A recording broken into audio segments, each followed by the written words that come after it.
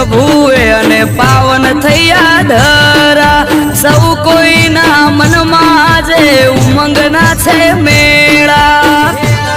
ગુરુજી આશી થાય સેવકો રાજી આપે ગુરુજી આશી થાય સેવકો રાજી ભલો મારો નેહડો પગલા થયા ત્યાં તમારા પધાર્યા તમે ઓગણે ભાયક